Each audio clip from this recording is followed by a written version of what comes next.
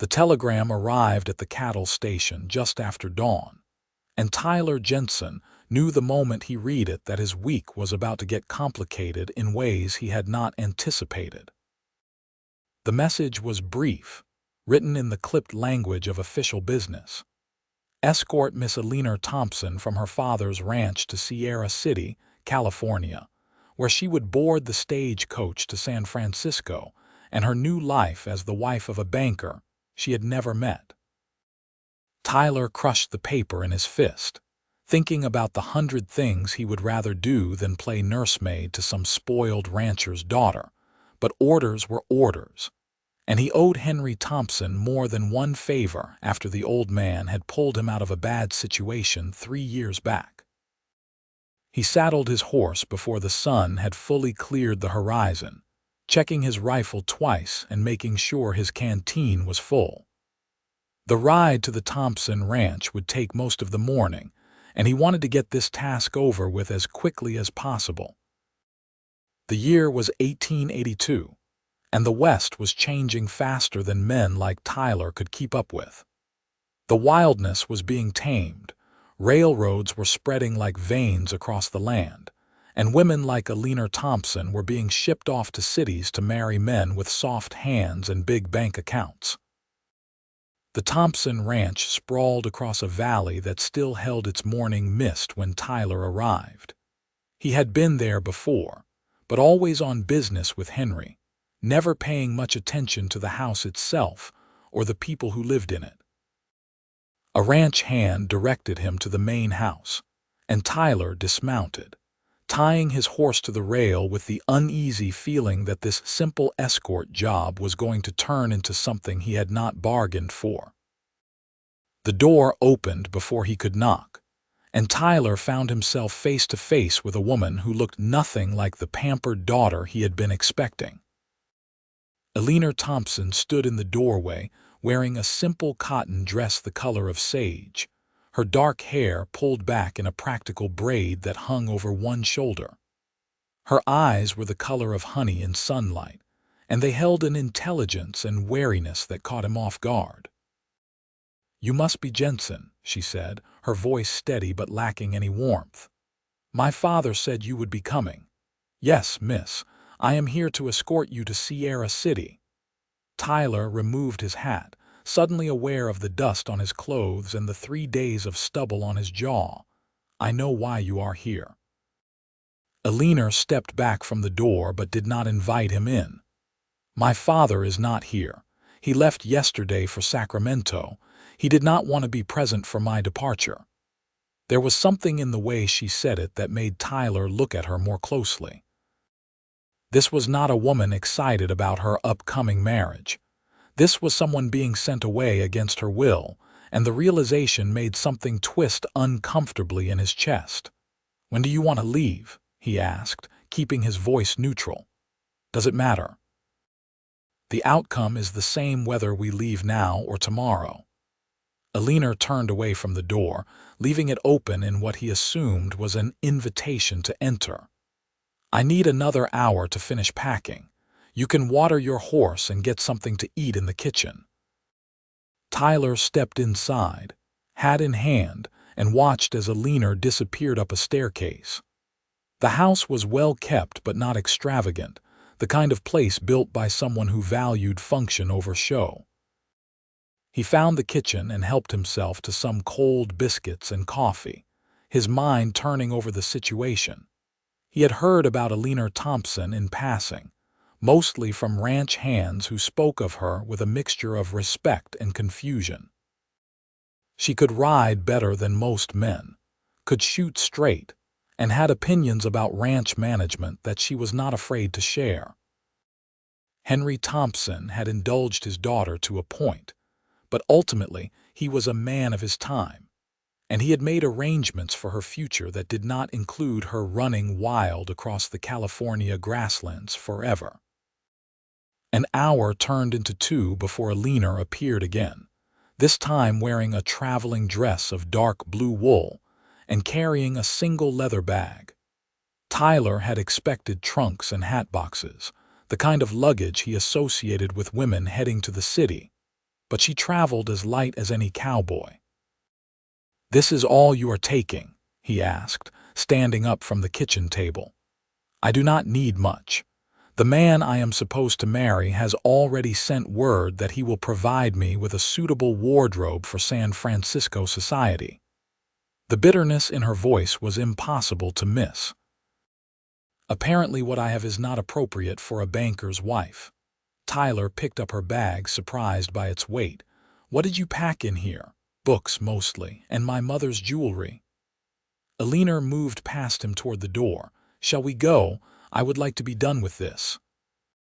They rode out under a sun that had climbed high enough to burn off the morning coolness.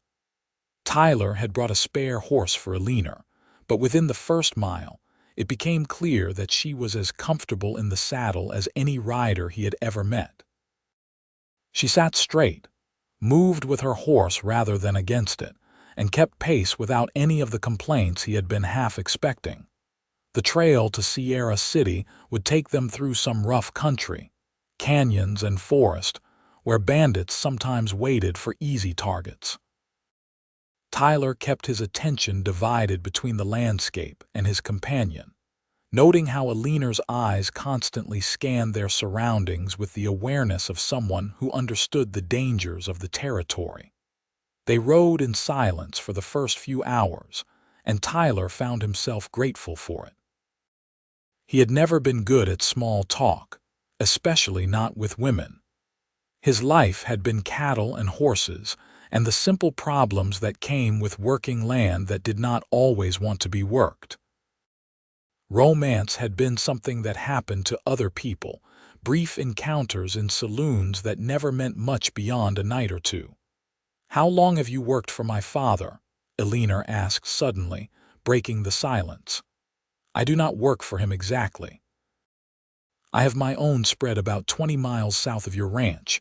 Small place, nothing like what your father has built." "Then why are you doing this?" Tyler considered his answer carefully. "Your father helped me out a while back when I was in a bad way. I owe him. So I am a debt being repaid." Alina's voice was flat. "How fitting." "I did not mean it like that." "Yes, you did. It is fine. I am under no illusions about this situation." She urged her horse forward, pulling slightly ahead of him on the trail. They made camp that evening in a clearing near a stream, and Tyler set about building a fire while Alina tended to the horses. He watched her work, noting the efficient way she moved, checking hooves and removing saddles with the practiced ease of someone who had done these tasks 1,000 times. "You do not need to do that," he said. "I can handle the horses. I am perfectly capable of taking care of my own mount." Alina did not look up from her work. "Just because I am being forced into a life of uselessness does not mean I have to start practicing early." Tyler started to respond but thought better of it. He focused on the fire instead, getting it hot enough to cook the bacon and beans he had packed. They ate in silence, sitting on opposite sides of the flames, and Tyler tried not to think about how the firelight played across Alina's face, softening the hard edges of her expression. "Tell me about your ranch," Alina said after a while, her voice quieter now, less combative. "Not much to tell. I have about 200 head of cattle, a house that probably should have been rebuilt years ago, and enough land to keep me busy from sunup to sundown." "Do you have help?" "One hand, old fellow named Pete who has forgotten more about cattle than I will ever know. He stays in the bunkhouse and mostly keeps to himself." "It sounds lonely." Tyler looked up and found Alina watching him with an expression he could not quite read. "I suppose it is sometimes, but it is mine. I worked for it, built it up from nothing. That counts for something." "Yes," Alina said softly. "That counts for a great deal." They fell silent again, and Tyler found himself wanting to ask her about San Francisco, about the banker she was supposed to marry, but the questions felt too personal, too much like prying into wounds that were clearly still raw. He set up his bedroll on one side of the fire and gave Alina a blanket, watching as she settled herself on the other side. The night was cool but not cold, and the stars overhead were so bright they seemed close enough to touch. "Jensen," Eleanor's voice came out of the darkness. "Thank you for not trying to tell me that everything will be fine. Most people cannot help themselves." "I do not know if things will be fine," Tyler said honestly, "but I hope they will be. That makes one of us." Tyler lay awake long after Eleanor's breathing had evened out into sleep, staring up at the stars and wondering what kind of man could arrange a marriage for his daughter with someone she had never met. He thought about his own parents, long dead now, and how his mother had always told him that love was the only thing worth building a life on. Everything else was just details. The next morning they were back on the trail before the sun had fully risen.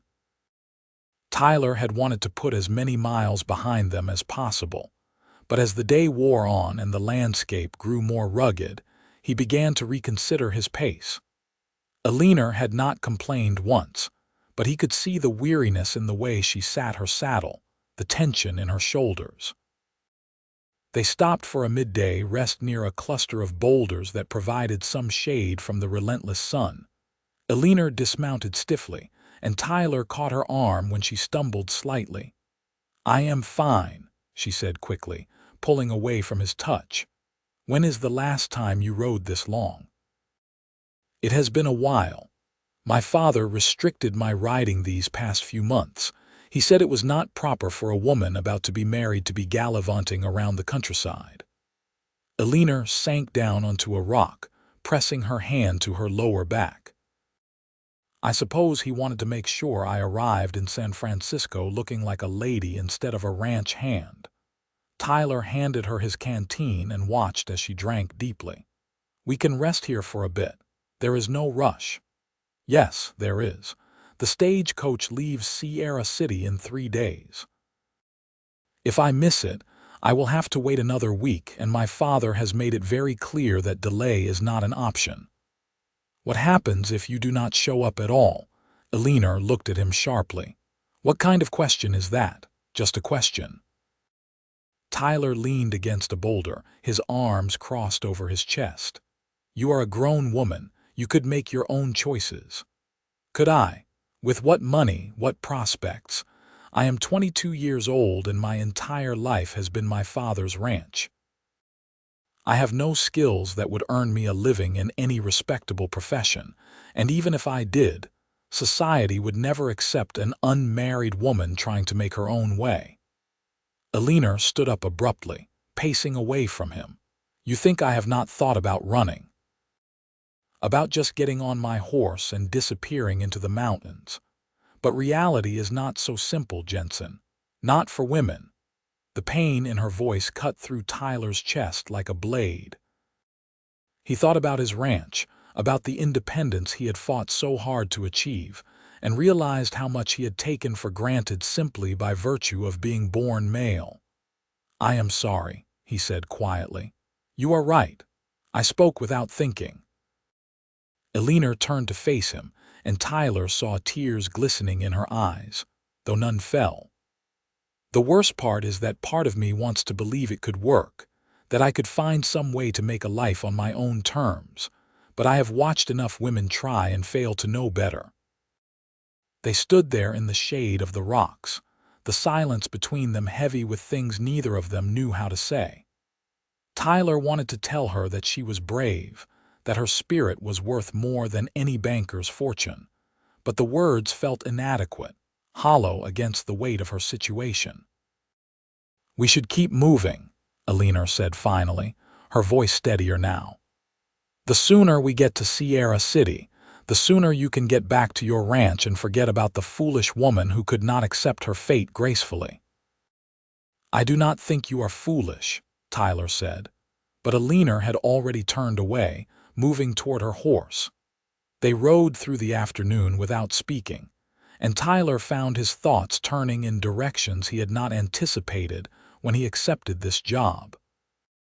He kept looking at Eleanor, at the straight line of her back, the way her hands held the reins with casual confidence, and something was shifting inside him. Some recognition that this was not just a job anymore. As the sun began its descent toward the horizon, Tyler spotted something that made him pull his horse up short. There were tracks on the trail ahead, several horses moving fast, and they were fresh enough that dust still hung faintly in the air. "What is wrong?" Alina had stopped beside him, her eyes following his gaze to the ground. "Riders came through here recently, 4 or 5 of them, moving quick." Tyler dismounted, studying the tracks more carefully. "Could be nothing, but in this country you do not take chances. Bandits, maybe. Or just cowboys in a hurry. Hard to say." Tyler straightened, scanning the landscape ahead. The trail wound through a narrow canyon for the next few miles, the kind of place where an ambush would be easy to set up. "I think we should find another way. Will that not put us behind schedule?" "Better to be late than dead." Alina nodded, her face serious. "What do you want to do?"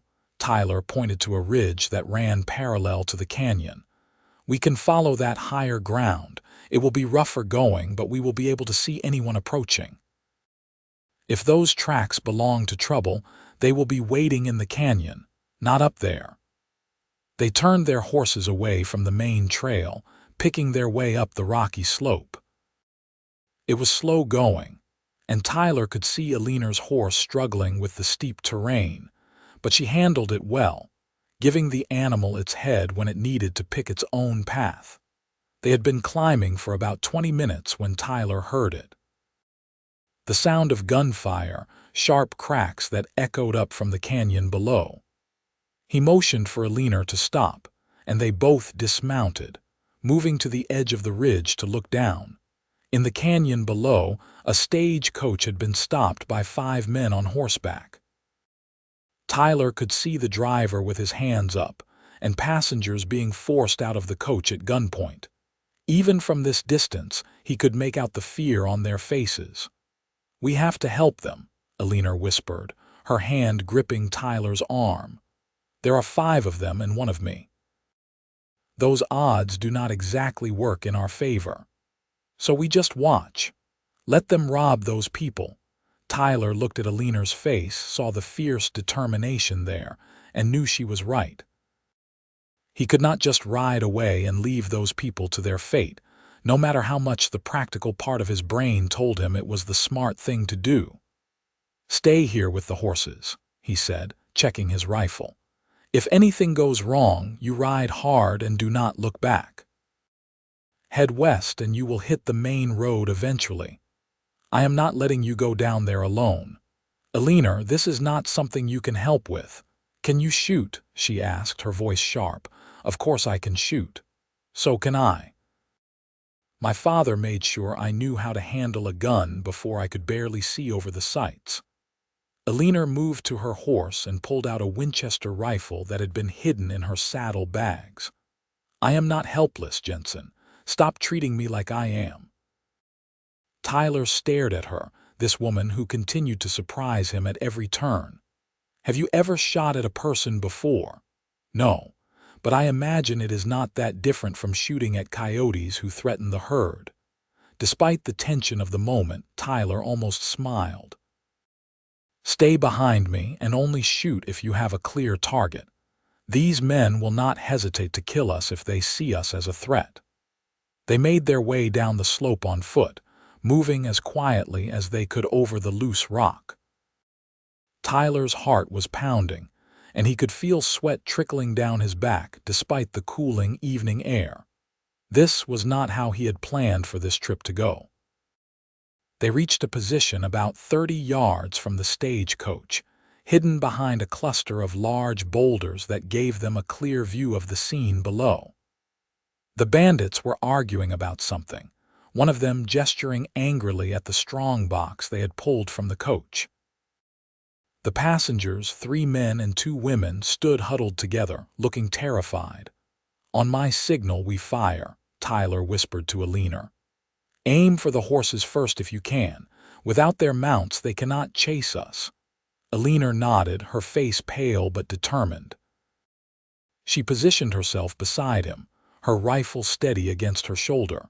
Tyler took a deep breath, sighted down his barrel at the largest of the bandits, and fired.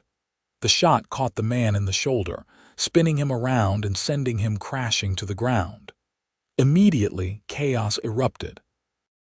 The other bandits scrambled for cover, returning fire toward the boulders, while the stagecoach driver grabbed one of the women and pulled her behind the coach. Elena fired, her shot striking one of the horses, and the animal reared, throwing its rider. Tyler fired again, hitting another bandit in the leg. The odds were starting to even out. But then one of the bandits spotted their position and started firing with deadly accuracy. Bullets ricocheted off the rocks around them, sending sharp fragments of stone flying. Tyler felt something sting his cheek and realized he was bleeding. "We need to move," he shouted to Elena over the gunfire. "They have our position." They scrambled back up the slope, bullets kicking up dirt at their heels. Tyler could hear the bandits shouting to each other, organizing themselves for a pursuit. They reached their horses and mounted quickly, Elena swinging into her saddle with practiced ease despite the danger. They rode hard up the ridge, putting distance between themselves and the canyon. Tyler kept looking back, watching for pursuit, his rifle ready. But the bandits did not follow. Either they were too busy with their wounded, or they had decided that whatever was in that strongbox was not worth chasing two people up a mountain.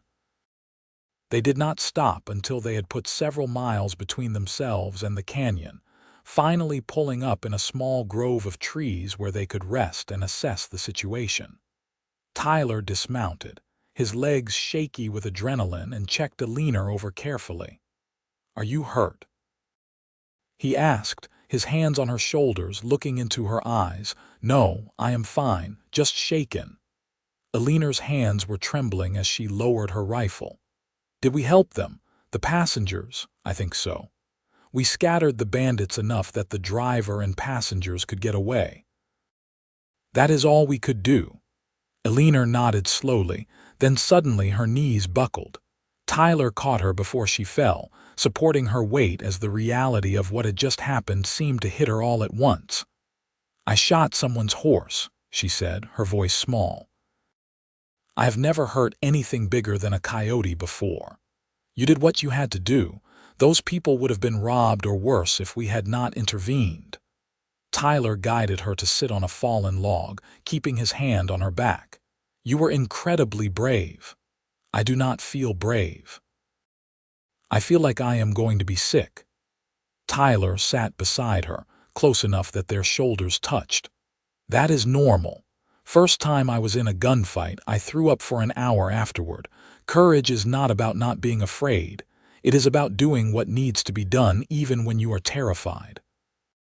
They sat there as the sun set, painting the sky in shades of orange and red. Tyler could feel Elena shaking beside him, and he wanted nothing more than to pull her into his arms and tell her that everything would be all right, but he was not sure he had the right to offer that kind of comfort. "We cannot make it to Sierra City tonight," he said finally. "We will need to camp here and continue in the morning." Elena nodded, not speaking. Tyler set about making camp, building a fire and setting out their bedrolls. His mind was racing with everything that had happened, and underneath it all was a growing certainty that he did not want to deliver Elena to that stagecoach, did not want to watch her ride away to a life she did not choose. They ate a quiet dinner, neither of them with much appetite. The events of the day hung between them, making conversation feel impossible. But as the night deepened and the fire burned down to embers, Elena spoke. "Thank you for letting me help back there. Most men would have forced me to stay behind." "Most men would have underestimated you," Tyler said. "I am learning not to make that mistake." Elena looked at him across the dying fire, and something passed between them, an understanding that went deeper than words. Tyler felt it settle into his chest, warm and terrifying and completely unexpected. "Tell me about the banker," he said, surprising himself with the question. Eleanor was quiet for so long that Tyler thought she might not answer. Then she sighed, pulling her knees up to her chest and wrapping her arms around them. "His name is Charles Montgomery. He is 45 years old, wealthy, respectable, and looking for a wife to complete his image of success. My father met him during a business trip to San Francisco, and they made arrangements. I have seen a photograph. He looks exactly like you would expect a banker to look. Well-fed, well-dressed, and completely unremarkable. Have you corresponded with him at all? A few letters. He wrote about his house, his position at the bank, the social circles I would be expected to move in. I wrote back about the weather." Eleanor laughed, but there was no humor in it. "What was I supposed to say? That I would rather die than spend my life attending tea parties and pretending to care about which family has the most expensive china? You could have said that. And then what? My father has made his decision. Charles Montgomery has made an arrangement. I am simply the commodity being transferred from one man's household to another's." The bitterness in her voice made Tyler's chest ache. He stood up, moving around the fire to sit beside her. It was a breach of propriety, he knew, but propriety seemed less important than the raw pain he heard in her words. "You are not a commodity," he said firmly. "You are a person with your own thoughts and dreams and abilities. Any man who cannot see that is a fool." Eleanor turned to look at him, and in the dim light, Tyler could see tears on her cheeks. "Then the world is full of fools." Without thinking, Tyler reached out and wiped away one of her tears with his thumb. The gesture was intimate, more than he had any right to, but Eleanor did not pull away. Instead, she leaned into his touch, closing her eyes. "I keep thinking about what you said earlier," she whispered. "About making my own choices. What if I could? What if there was a way?" Tyler's heart was hammering in his chest. "What are you saying?" "I am saying that tomorrow we will reach Sierra City, and I will get on that stagecoach, and my life will be over before it ever really began. Unless—" she opened her eyes, looking directly into his. "Unless I do something different, Eleanor." Tyler said her name like a warning, but he did not move away. "Take me to your ranch instead," she said, the words coming out in a rush. "Let me disappear. I can work. I can earn my keep. I would rather spend my life as a ranch hand than as Charles Montgomery's decorative wife. Your father would come looking for you. So would Montgomery. They would find you. Not if I did not want to be found. This is a big territory, Jensen. People disappear all the time." Tyler knew he should say no, should tell her that running away would only make things worse. But looking at her face, seeing the desperate hope there mixed with determination, he found he could not form the words. "This is not a decision to make lightly," he said instead. "If you do this, there is no going back. Your father will disown you, society will shun you, you will have nothing." "I already have nothing. At least this way I would have my freedom." They sat there in the darkness, the weight of the choice hanging between them. Tyler thought about his ranch, about the empty house and the long, lonely evenings. He thought about Eleanor's skill with horses, her quick mind, the way she had handled herself during the bandit attack. He thought about what it might be like to have her in his life, not as a burden or an obligation, but as a partner. "If you come to my ranch," he said slowly, choosing his words carefully, "it cannot be as a ranch hand. People would talk, and that kind of talk could be dangerous for both of us. The only way this works is if we arrive as man and wife." Eleanor's eyes widened. "You are suggesting we get married." "I am suggesting we let people think we are married. A common law arrangement, no papers, no official ceremony, just two people making a choice to build a life together." Tyler could not believe the words coming out of his mouth, but once he started, he could not stop. "You would have your freedom. You could work the ranch, make decisions, live as you choose. and in return, you would have the protection of my name and my home. But we barely know each other. That is more than you know about Charles Montgomery." Alina laughed, a real laugh this time, and the sound of it made Tyler's heart skip. "That is true, but this is insane. We cannot just run off together. We can do anything we want. That is what freedom means." They stayed up talking until the early hours of the morning, working through the practicalities and the complications. How they would explain her presence to Pete, Tyler's ranch hand. How they would handle inquiries from her father or anyone else looking for her. What their life together might actually look like. As the first light of dawn began to streak the sky, Alina made her decision. "All right," she said, her voice steady despite the enormousness of what they were planning. "Take me to your ranch. Let's see if freedom is everything I have been dreaming it would be." Tyler felt something that might have been joy or terror, or both, settle into his chest. He was throwing away his obligations to Henry Thompson, possibly making an enemy of a powerful man. He was taking responsibility for another person's happiness, something he had never done before. But looking at Alina's face, seeing the hope and determination there, he knew he could not do anything else. They broke camp quickly and turned their horses away from Sierra City, heading south instead toward Tyler's ranch. The sun rose behind them, painting the landscape in gold, and Tyler felt like they were riding toward something new, something neither of them could quite name but both of them desperately needed. The journey to Tyler's ranch took 2 days. 2 days of riding through country that grew increasingly familiar to Tyler and completely new to Alina. He watched her take in the landscape with hungry eyes, seeing the way she noted the quality of the grazing land, the locations of water sources, the best routes through the rocky terrain.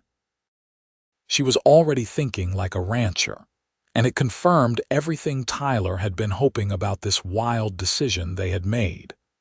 They arrived at the ranch in the late afternoon, when the sun was beginning its descent, and everything was bathed in golden light. The house was small, just 4 rooms with a covered porch that wrapped around 2 sides. It needed paint, and some of the shutters hung crooked, but the bones of it were solid. The barn was in better shape, and the corral held 3 horses that raised their heads curiously at the approaching riders. Pete emerged from the barn, wiping his hands on his pants.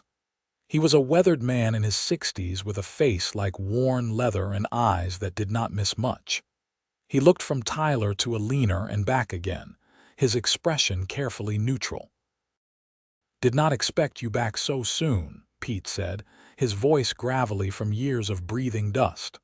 "Thought you were escorting Miss Thompson to Sierra City." "Change of plans," Tyler said, dismounting and helping Alina down from her horse. "Pete, this is Alina, my wife." "Alina, this is Pete, the best ranch hand in California." Pete's eyebrows rose, but to his credit he did not question the story.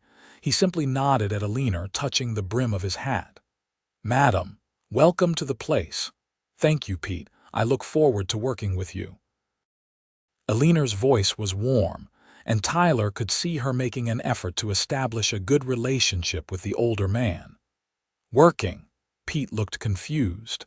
"I know my way around cattle and horses. I intend to pull my weight." Alina moved to her horse, starting to remove the saddle with efficient movements. Pete watched her for a moment, then looked at Tyler with an expression that clearly said he had questions but was too polite to ask them in front of Alina. Tyler gave him a slight shake of his head, a silent request to go along with the story for now. They could talk later in private, and Tyler would figure out how much of the truth to share. Tyler showed Alina the house, suddenly seeing it through her eyes and feeling embarrassed by its state. The furniture was sparse and purely functional. There was a layer of dust over everything, and the curtains that hung in the windows were faded and torn in places. "I know it is not much," he said, standing in the main room that served as both kitchen and living space. "I spend most of my time outside, so I have not put much effort into fixing up the house." "It is perfect," Eleanor said, and she sounded like she meant it. She ran her hand over the rough wooden table, looking around with something like wonder on her face. "It is mine, or ours, I suppose. But it is not my father's house or Charles Montgomery's house. That makes it perfect." Tyler showed her the two bedrooms, the smaller one that he had been using as storage and the larger one with his bed and not much else. "You can have the big room. I will move my things to the other one." "We are supposed to be married," Eleanor said, a blush coloring her cheeks. "Will Pete not think it strange if we sleep in separate rooms? The bunkhouse is far enough from the house that he will not know where anyone sleeps. And even if he did notice, Pete is not the gossiping type." "Your privacy is safe, Eleanor. I am not going to expect anything from you beyond what we agreed to." Relief flashed across Eleanor's face, followed by something that might have been disappointment, though Tyler told himself he was imagining that. "Thank you for all of this. I know I have put you in a difficult position. You have not put me anywhere I did not choose to be." They stood there in the dim bedroom, the space between them charged with awareness and uncertainty. Tyler wanted to say something profound, something that would ease the awkwardness of the situation, but his mind was blank. Finally, Eleanor smiled, breaking the tension. "I should probably clean up before dinner. Is there a place to wash?" Tyler showed her the pump behind the house and the small room off the kitchen where he kept a basin and soap. While she washed away the trail dust, he went and talked to Pete, finding the older man in the barn tending to the horses. "Want to tell me what is really going on?" Pete asked without preamble. Tyler leaned against a stall door, trying to figure out how to explain. "It is complicated. Most things involving women are, but you said you were escorting her to Sierra City for her father. Now you are showing up here calling her your wife." "That is more than complicated, boss. That is a story.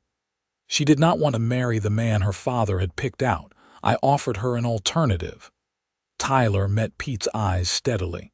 "This is a common law marriage. She needs a place to be safe and free, and I need help running this ranch." "It is a practical arrangement." Pete studied him for a long moment. "You are playing with fire, bringing her here. Men like Henry Thompson do not take kindly to having their plans disrupted." "I know, but it was her choice to make, and she made it.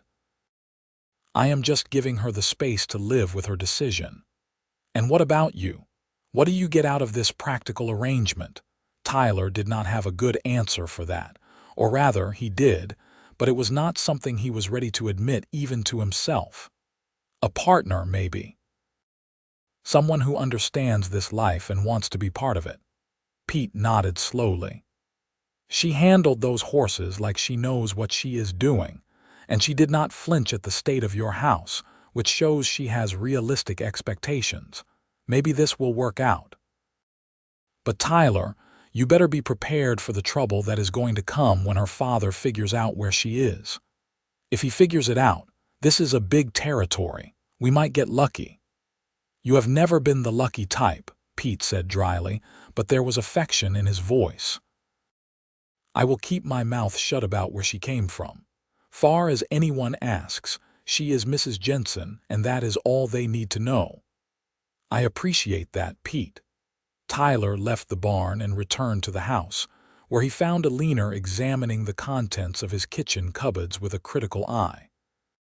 She had changed into a simpler dress and pulled her hair back into a loose bun at the nape of her neck. With her face flushed from the cold water and her sleeves rolled up, she looked more at home than Tyler had ever felt in this house. "Your supplies are depressingly bachelor," she announced. "Beans, bacon, coffee, and not much else. When was the last time you ate a vegetable? Does whiskey count as a vegetable?" "No." Alina pulled out a sack of flour and some dried apples he had forgotten were in the back of the cupboard. I can make something out of this, but we are going to need to do a proper supply run soon. A human body cannot survive on meat and beans alone. Tyler watched as she moved around his kitchen with growing confidence, building a fire in the stove and setting a pot of water to boil. She moved with efficiency born of years of experience, and Tyler realized that despite her father's attempts to prepare her for city life, Alina had spent enough time in the ranch kitchen to know her way around. They ate dinner at the small table, a meal of fried bacon, pan bread, and stewed apples that was simple but better than anything Tyler had made for himself in months. Pete joined them, and the three of them talked about the ranch, about the work that needed to be done, about the upcoming season. Alina asked intelligent questions, showing a grasp of ranch management that impressed both men. She had been paying attention all those years on her father's ranch, absorbing knowledge that she had never been allowed to fully use. Now, in this rough house with these two men who treated her as an equal, she was finally getting to apply everything she knew. After dinner, Pete excused himself to the bunkhouse, and Tyler and Alina were left alone. The house suddenly felt very small and very intimate. Tyler busied himself banking the fire while Alina washed the dishes, both of them hyper-aware of the other's presence. "I should let you get some rest," Tyler said finally, when the silence had stretched too long. "Tomorrow will be a full day, cattle to check, fences to mend. If you want to come along, you are welcome. If you would rather stay here and settle in, that is fine too. I want to come with you. I want to learn every aspect of this ranch." Alina dried her hands on a towel, turning to face him. "Tyler, I want you to know how much this means to me. You have given me something I never thought I would have. I will not take that for granted. You do not need to thank me. Like I said, this arrangement benefits both of us, still." Alina crossed the room, standing close enough that Tyler could smell the soap she had used, clean and simple. "Thank you." On impulse, Tyler reached out and tucked a strand of hair behind her ear, his fingers lingering for just a moment against her cheek. "Get some sleep, Alina. Tomorrow you start your new life." He left her standing in the main room and retreated to the smaller bedroom, closing the door between them. He could hear her moving around, preparing for bed, and his mind was filled with thoughts he had no right to be thinking about a woman who was trusting him to keep things practical and uncomplicated. But as Tyler lay in his narrow bed staring at the ceiling, he had to admit that there was nothing practical or uncomplicated about the way his heart had started to race whenever Alina was near. He had told himself this was about helping someone who needed it, about paying back a debt to her father in a roundabout way, about gaining a partner for the ranch. But the truth was starting to show itself, and it was far more dangerous than any of those practical reasons. He was falling for Alina Thompson, and he had no idea what to do about it. The next few weeks fell into a pattern that felt both natural and strange. Alina proved herself capable at every task Tyler gave her, from mending fences to treating sick cattle. She rode the boundaries of the ranch with him, learning every inch of the property. She worked alongside Pete, earning the older man's respect with her willingness to do hard work without complaint. But more than her capability, it was her presence that changed the ranch. She brought life to the empty house, hanging new curtains she made from fabric they bought in town, planting a small garden behind the house, singing while she worked. The ranch hands from neighboring properties, who sometimes stopped by, took note of Tyler's new wife, and went away with stories about how lucky Jensen was to have found a woman who could shoot straight and sit a horse like she was born to it. Tyler found himself looking for excuses to be near her, to work alongside her, to hear her thoughts on everything from cattle breeding to the books she had brought with her, and read by firelight in the evenings. They talked for hours after Pete had retired to the bunkhouse, sharing stories about their childhoods, their dreams, their fears. One evening about a month after Alina's arrival, Tyler came in from checking the cattle to find her sitting on the porch steps, staring out at the sunset. Her face was troubled, and Tyler immediately knew something was wrong. "What happened?" he asked, sitting down beside her. "A man came by today while you were out with Pete. He said he was looking for a woman matching my description, said her father was worried sick about her disappearance. He left his card, said there was a reward for information." Alina pulled a piece of paper from her pocket and handed it to Tyler. Tyler examined the card. It was from a private detective based out of Sacramento, and the name on it made his blood run cold. Samuel Garrett was known as one of the best trackers in California, the kind of man who did not give up until he found what he was looking for. "What did you tell him?" "I said I did not know anyone matching that description, that I had lived in Texas, until my husband brought me here 6 months ago. I think he believed me, but Tyler, he is going to keep looking. My father has enough money to keep men like Garrett searching indefinitely." Tyler crumpled the card in his fist, anger rising in his chest, not at Alina but at her father for refusing to let her go, for treating his adult daughter like property that had been stolen. "We will figure this out. Maybe we need to make your story more convincing." "How?" "Marriage papers. We could make this real, Alina. Go to a judge, sign the documents. Once you are legally my wife, your father's claim on you ends. You would be under my authority by law, and he would have no right to demand your return." Alina stared at him, her eyes wide. "Are you serious? You would do that?" "It makes sense. It protects you legally, and traps you with a wife you never wanted." Tyler looked at her then, really looked at her, and knew that he needed to tell her the truth. Not all of it, not yet, but enough that she understood he was not making this offer out of obligation. "Alina, these past weeks have been the best of my life. You have turned this place from a property into a home. You have made me laugh more than I have in years. When I wake up in the morning, the first thing I think about is seeing you at breakfast. When I am out working, I find myself rushing through tasks so I can get back to the house and talk to you. I think about you constantly, about your mind and your courage, and the way you approach every challenge like it is something to be conquered rather than feared." He took a breath, steadying himself. "So no, you would not be trapping me. You would be giving me something I have wanted for longer than I have been willing to admit, a partner, a companion, a life that means something more than just survival." Alina's eyes were glistening with tears. "Tyler, I cannot ask you to do this. It is not fair to you. Life is not fair. If it was, you would not have needed to run away in the first place. But this is our chance to take something unfair and make it right. Marry me, Alina, for real. Not because you have to, but because you want to." "I do want to," she whispered. "That is what terrifies me.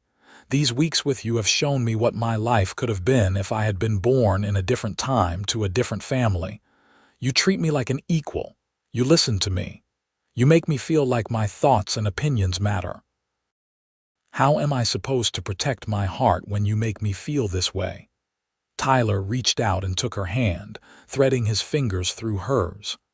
"Maybe you are not supposed to protect your heart. Maybe you are supposed to risk it. That is what I am doing." They sat there on the porch steps as the sun sank below the horizon, hands clasped, both of them on the edge of something that felt monumental and terrifying and absolutely right. Finally, Alina squeezed his hand and nodded. "All right, let's do it. Let's get married for real."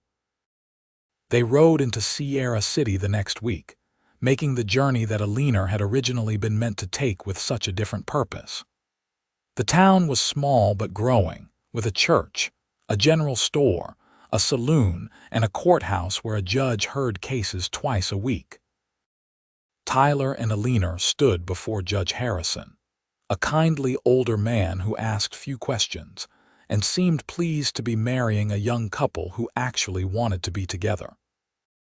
The ceremony was brief, just a few words about commitment and partnership, and then Tyler was signing papers and Alina was signing her new name, Alina Jensen. When the judge pronounced them husband and wife, Tyler felt a surge of emotion so strong it nearly knocked him over. This woman beside him, fierce and brave and beautiful, was his wife. Not in pretense, not in a story they told to protect her, but in actual legal fact. She belonged to him the same way he belonged to her, and it was both exactly what he wanted and completely overwhelming. They had a celebratory dinner at the town's small restaurant, and Tyler watched Alina relax in a way he had not seen before. The constant tension that had been present since the detective's visit had eased from her shoulders, and she laughed freely, her eyes bright with happiness and relief. "I am Alina Jensen," she said wonderingly, looking at the marriage certificate the judge had given them. "That is my name now, Alina Jensen. Do you mind that you lost Thompson?" "Mind, Tyler, I shed that name like a snake sheds its skin. I am done being Henry Thompson's daughter. I want to be my own person, and if being your wife gives me that freedom, then I am grateful for it." They rode back to the ranch the next day, and everything felt different. Tyler was hyper-aware of the ring on Alina's finger, a simple gold band he had bought at the general store. She kept looking at it too, turning her hand in the sunlight to watch it gleam. When they arrived home, Pete congratulated them with gruff sincerity, and Tyler realized the older man had known all along that the first story about them being married was fiction. But Pete was loyal, and he seemed genuinely pleased that his boss had found someone to share his life with. That night, Tyler stood in the doorway of Alina's bedroom, uncertain. They were married now, truly married, but nothing had been said about what that meant in terms of their sleeping arrangements. Alina was brushing her hair, sitting at the small vanity Tyler had bought for her during one of their supply runs to town. "You can come in," she said softly, meeting his eyes in the mirror. "This is your house. You do not need to hover in doorways." Tyler stepped inside, closing the door behind him. "I do not want you to feel pressured. Just because we signed papers does not mean anything has to change between us." Alina set down her brush and turned to face him. "What if I want things to change?" Tyler's breath caught. "Alina." She stood up, crossing the room to stand in front of him. "I am 22 years old and I have never been kissed. I have never been held by a man who wanted me for anything other than my father's connections or my potential usefulness as a society ornament. I am your wife now, Tyler. Really and truly your wife. And I do not want a marriage that exists only on paper." Tyler cupped her face in his hands, his thumbs stroking her cheeks. "Are you sure? Because once we cross this line, there is no going back." "I do not want to go back. I only want to move forward, with you." Tyler leaned down and kissed her, gently at first, giving her time to pull away if she wanted to. But Alina melted into him, her arms wrapping around his neck, kissing him back with an enthusiasm that made his heart soar. She was inexperienced, her movements tentative, but what she lacked in skill she made up for in genuine passion. They spent their wedding night learning each other, and Tyler was infinitely patient, making sure Alina felt safe and cherished every moment. When they finally fell asleep in each other's arms, Tyler felt a sense of completeness he had never experienced before. This woman had chosen him, had trusted him, and he silently vowed to spend the rest of his life proving that her trust had not been misplaced. The next several months passed in a haze of happiness that Tyler had trouble believing was real. He and Alina worked the ranch together, building up the herd and making improvements to the property. They laughed together, argued about the best way to handle various ranch problems, and fell into bed each night exhausted and content. Pete watched them with an expression that was equal parts amusement and satisfaction, occasionally making dry comments about newlyweds, but clearly pleased to see his boss so happy. The older man had become protective of Alina, treating her like the daughter he had never had. But the specter of Alina's father still hung over them.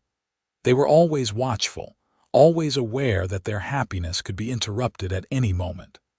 Tyler made sure that their marriage papers were filed properly and kept copies in multiple locations. If Henry Thompson did come looking for his daughter, Tyler wanted to make sure he had legal standing to refuse to hand her over. It was a warm afternoon in late spring when their precautions proved necessary. Tyler was working in the corral with a young horse when he saw dust rising from the road. A carriage was approaching, a fancy one that had no place on a working cattle ranch. His stomach dropped, and he called for Alina, who emerged from the barn with Pete right behind her. The carriage stopped in front of the house, and a well-dressed man in his 50s stepped out. Henry Thompson had aged since the last time Tyler had seen him, his hair more gray than brown, his face lined with what looked like stress. Behind him, two other men emerged from the carriage, and Tyler recognized one of them as Samuel Garrett, the detective. "Jensen," Henry said, his voice hard. "I believe you have something that belongs to me." "I have nothing that belongs to you, Henry. Everything on this property is mine." Tyler moved to stand beside Alina, taking her hand firmly in his.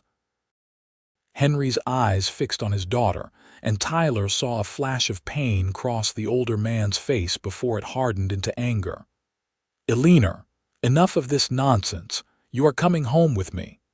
"This is my home," Alina said, her voice steady despite the pallor of her face. "I am not going anywhere." "You are my daughter. You belong under my roof until I see you properly settled." "I am properly settled. I am married, father. My place is with my husband." Henry's eyes flicked to Tyler, contempt clear in his expression. "A marriage made under duress is not valid." "You kidnapped my daughter, Jensen. I can have you arrested." "I kidnapped no one." Tyler pulled the marriage certificate from his pocket, unfolding it carefully. "Alina came with me of her own free will, and she married me the same way. Judge Harrison presided, and everything is legal and proper. Your daughter is an adult woman, and she made her choice. A choice made because you manipulated her, filled her head with romantic notions about freedom and independence." Henry took a step toward them, and Tyler tensed, ready to defend Alina if necessary. "She has responsibilities." "She gave her word that she would marry Charles Montgomery." "She gave your word," Alina corrected, her voice rising. "You made a promise to a man I had never met, using me as collateral. I never agreed to anything. You are a foolish girl who does not understand the world. Montgomery could have given you a good life, security, position. He could have given me a cage." Alina squeezed Tyler's hand so hard it hurt. "Tyler gave me freedom to choose my own path. That is worth more than all of Montgomery's money." Henry looked between them, and Tyler could see the older man grappling with the reality that his daughter was truly lost to him. The detective, Garrett, stepped forward and whispered something to Henry, gesturing to the marriage certificate. Henry's face flushed red, and for a moment Tyler thought he might actually attack them. "You have made your choice then," Henry said finally, his voice cold. "You would rather be the wife of a small-time rancher, living in poverty and obscurity, than accept the life I planned for you." "Yes," Alina said simply. "I would rather be happy than wealthy. I would rather be respected than decorative. And I would rather be with a man who loves me for who I am than with one who sees me as an acquisition."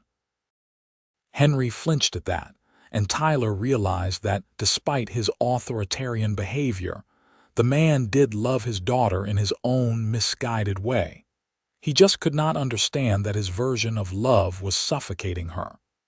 "You will regret this," Henry said, but there was defeat in his voice now.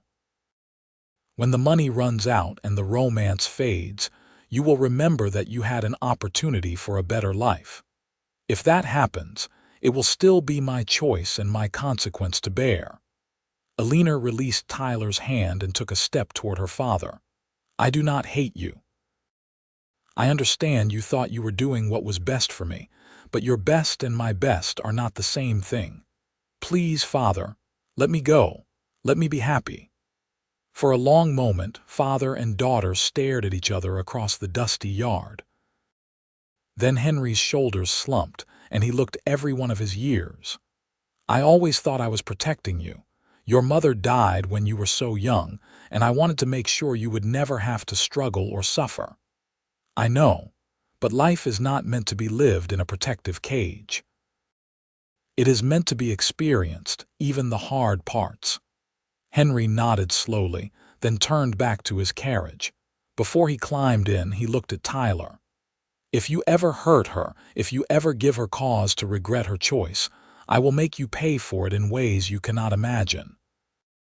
I will spend every day of my life making sure she never regrets choosing me," Tyler said firmly.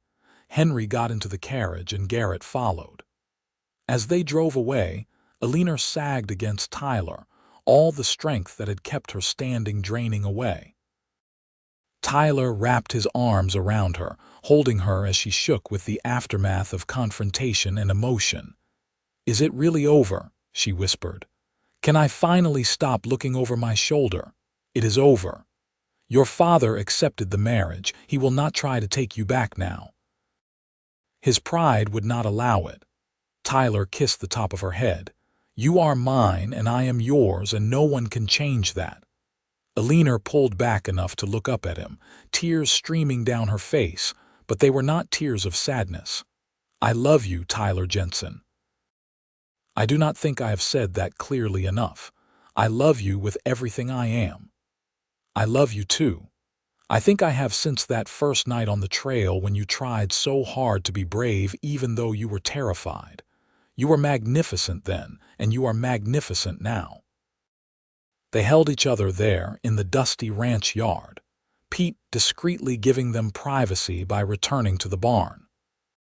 The sun was setting, painting the sky in brilliant shades of orange and pink, and Tyler thought about how far they had both come from that morning when he had received the telegram asking him to escort Alina to town. He had been ordered to deliver her to Sierra City, to see her safely onto a stagecoach that would take her to a life she did not want. Instead, he had brought her home, to his ranch and his heart and a life they were building together. It was not the choice anyone had expected him to make, but it was the only choice that made sense when he looked at the woman in his arms. The months turned into years, and Tyler and Alina built a life that exceeded both of their expectations. The ranch prospered under their joint management. Alina's knowledge of breeding and grazing rotations combined with Tyler's understanding of the market meant they were able to expand their operations significantly. They bought neighboring land when it became available, eventually owning one of the larger spreads in the area. Pete remained with them, eventually taking on a more supervisory role as they hired additional hands. The old cowboy developed a particular fondness for teaching Alina's unconventional methods to the new workers, taking pride in explaining that Mrs. Jensen had forgotten more about cattle than most men would ever learn. 3 years after their marriage, Alina gave birth to their first child, a son they named Thomas. Tyler held his boy for the first time with shaking hands, overwhelmed by the tiny perfect human he and Alina had created. Alina recovered quickly from the birth, and within weeks she was back in the saddle, Thomas secured in a sling against her chest as she rode the property. Visitors to the ranch were often surprised to find the mistress of the house working alongside the men, her baby sleeping peacefully while she helped brand cattle or mend fences. But those who knew Alina understood that she would never be content with a traditional woman's role, and Tyler would never ask her to be anything other than who she was. 2 years after Thomas, Alina gave birth to twin daughters, Sarah and Catherine. The house that had once seemed too big for just Tyler suddenly felt almost cramped with 3 children, and Tyler spent a winter building an addition, expanding the home to accommodate their growing family. Alina's father never came back to the ranch, but after Thomas was born, he began sending letters. They were stiff at first, formal inquiries about Alina's health and well-being. But gradually they became more personal, and Alina began responding. She sent photographs of the children, updates about the ranch, stories about her life. 5 years after their confrontation in the ranch yard, Henry Thompson arrived unannounced, looking older and more frail than Tyler remembered. He spent a week at the ranch, getting to know his grandchildren and seeing for himself the life his daughter had built. On his last evening, he and Tyler sat on the porch while Alina put the children to bed. "I was wrong," Henry said abruptly. "About you, about her, about everything. She is happier than I have ever seen her, and these children are remarkable. You gave her what I never could, the freedom to become herself." "She would have found a way to be herself regardless," Tyler said. "She is too strong to be contained by anyone's expectations." "Yes, she is. She gets that from her mother." Henry was quiet for a moment. "Thank you for taking care of her, for loving her the way she deserves to be loved. It is the easiest thing I have ever done." Henry left the next morning, but he returned every few months after that, building relationships with his grandchildren and slowly repairing the damage between himself and Alina. He died 6 years later, and Alina grieved but not as deeply as she might have if they had not had those years of reconciliation. Tyler and Alina grew old together on the ranch, watching their children grow up and start families of their own. Thomas took over the main operations of the ranch, showing the same skill with cattle and land management that his parents had demonstrated. Sarah married a lawyer and moved to Sacramento, but she visited often with her own children. Catherine became a teacher, opening a small school on the ranch property that served the children of their workers and neighboring families. As Tyler moved into his 60s, he found himself reflecting often on that choice he had made so many years ago, the decision to take Alina home instead of delivering her to Sierra City as ordered. It had seemed reckless at the time, impulsive and potentially disastrous. But it had been the best decision of his life. He and Alina sat on the porch in the evenings, watching the sun set over land they had worked together for 4 decades.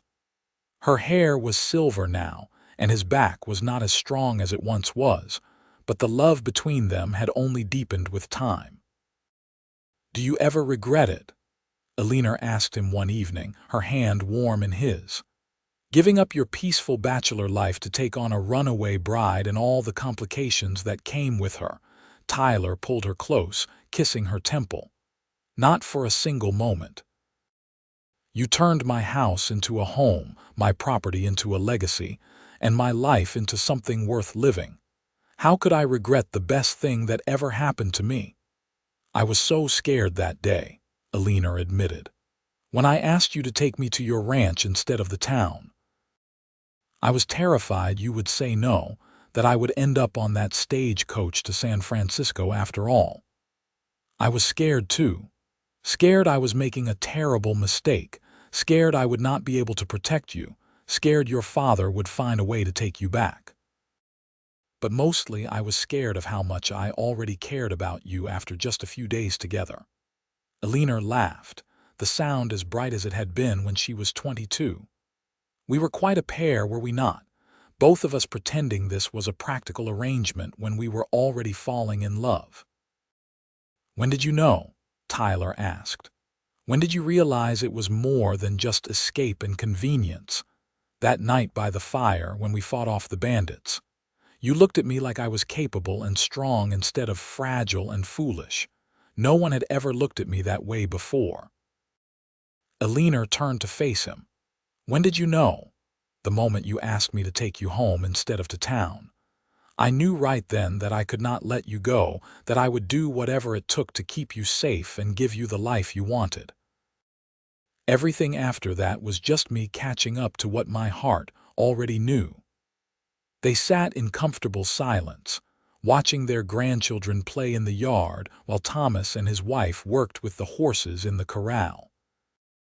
This was the legacy they had built, not just land and cattle, but family and love and the freedom to choose their own path. Pete had passed away 2 years earlier, at the age of 81. He had lived in the bunkhouse until the very end, refusing to slow down despite his advancing years. At his funeral, Tyler had spoken about loyalty and friendship, about how Pete had never once questioned the story about Alina being his wife, had simply accepted her and helped protect the life they were building. Alina had cried, grieving the loss of the man who had become like a father to her. But even in grief, there was joy. Their family had grown large with 10 grandchildren and 3 great-grandchildren at last count. The ranch was thriving, passed down through generations who understood the value of hard work and the importance of choosing your own path. One evening, as summer was fading into fall, Tyler and Alina celebrated their 45th wedding anniversary. Their children and grandchildren gathered at the ranch, filling the house and yard with noise and laughter. Tyler looked around at all the people who existed, because he and Alina had made a choice to take a chance on each other, and his heart felt so full he thought it might burst. Later, after everyone had gone to bed or returned to their own homes, Tyler and Alina walked through the property holding hands. The moon was bright enough to light their way, and they moved through the landscape with the ease of people who knew every rock and tree. 45 years, Alina said wonderingly.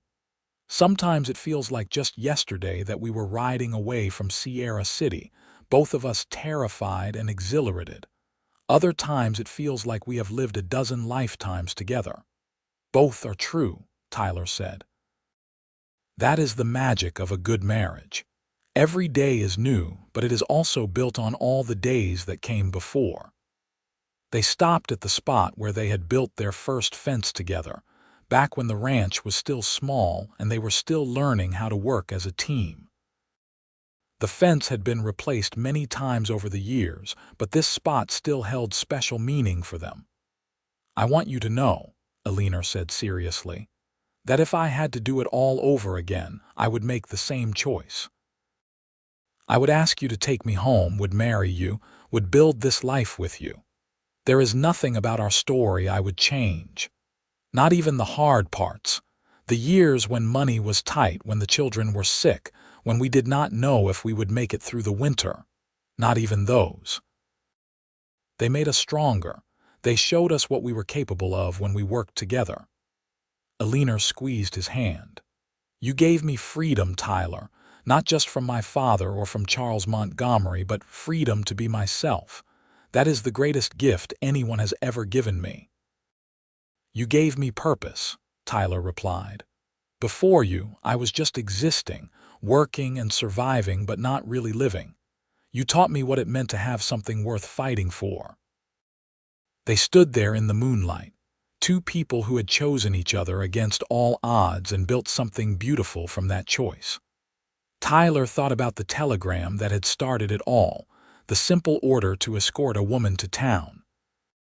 He had been so reluctant, so certain it would be a burden he would be glad to be rid of. Instead, it had been the beginning of everything that mattered.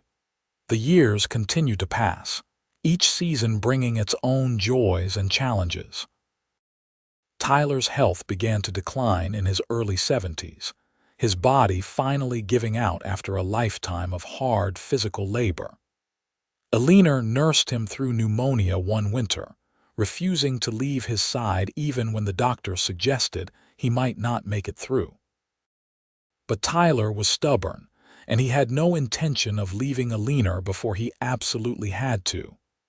He recovered, though he was weaker after that, spending more time in the house and less time working the ranch.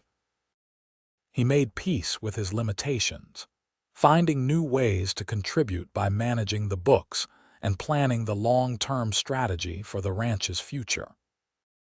Alina remained healthy and active well into her 70s, still riding out to check on the cattle several times a week, still making decisions about ranch operations alongside Thomas. The younger workers marveled at her stamina and her sharp mind, and she became something of a legend in the area. The woman who had run away from wealth to work a cattle ranch, who had built an empire through her own skill and determination. On their 50th wedding anniversary, Thomas organized a massive celebration. People came from all over California, friends and family and business associates who had known Tyler and Alina over the decades. There was music and dancing and enough food to feed an army. As the party wound down and the last guests departed, Tyler and Alina found themselves alone on the porch once again, the place where they had spent so many evenings over the years. Tyler felt the weight of his age in his bones, the knowledge that he probably did not have many years left. But he also felt profound gratitude for every moment he had been given. 50 years, he said, echoing Alina's words from their 45th anniversary. Half a century since I made the choice to take you home instead of to town. Best choice you ever made. Alina asked, though her eyes were twinkling because she already knew the answer. Best choice I ever made, Tyler confirmed. Though technically you made the choice. You were the one brave enough to ask. We made it together. Just like we have made every important decision for the past 50 years. Tyler pulled Alina close, marveling that even after all this time, holding her still felt like coming home. I love you, Alina Jensen. I have loved you since you were 22 years old and asking me to risk everything for your freedom. I will love you until the day I die and beyond if there is anything after this life. I love you too, Tyler. You saw me when no one else did. You believed in me when I had stopped believing in myself. You gave me a life beyond my wildest dreams, and I am grateful for it every single day. They kissed in the moonlight, two old people who had loved each other through decades of joy and sorrow, triumph and hardship. The ranch stretched out around them, a testament to what could be built when two people chose each other and refused to let the world tell them they were wrong. Tyler lived to be 76 years old, dying peacefully in his sleep with Alina beside him. His last conscious thought was that he had lived a good life, a full life, and that he had been blessed beyond measure by the woman who had trusted him with her heart and her future. Alina grieved deeply, as anyone would after losing their partner of 53 years, but she did not break. She continued to run the ranch alongside Thomas for another 5 years, finally retiring at the age of 80 when her own health began to fail. She spent her final years surrounded by children and grandchildren and great-grandchildren, all of them beneficiaries of the choice she and Tyler had made so long ago. She died at 82, and her children buried her beside Tyler on a hill overlooking the ranch. At her funeral, Thomas spoke about his parents' love story, about how they had risked everything for each other and built something that would last for generations. My father was ordered to escort my mother to Sierra City, Thomas said, his voice strong despite his tears. He was supposed to put her on a stagecoach to San Francisco, to a life she did not want and a man she did not love. Instead, he took her home. He gave her freedom and respect and a partnership that became the foundation for everything we have today. Their love was not conventional, but it was real. It was powerful, and it changed the course of our entire family's history. The ranch continued to thrive, passed down through the generations, each one adding their own chapter to the story that had started with a telegram and a choice.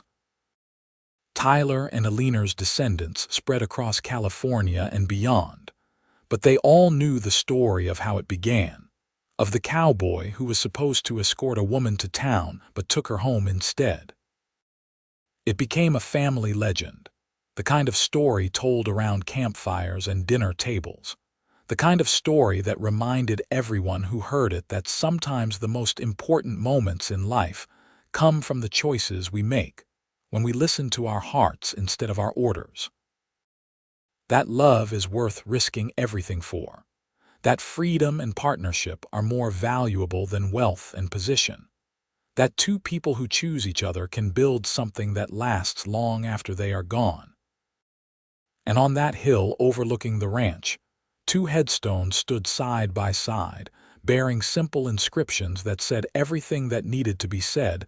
Tyler Jensen, 1850–1926. Beloved husband, father, and grandfather. He chose love. Alina Jensen, 1860–1942. Beloved wife, mother, and grandmother. She chose freedom. Together, they had chosen each other, and that choice had made all the difference.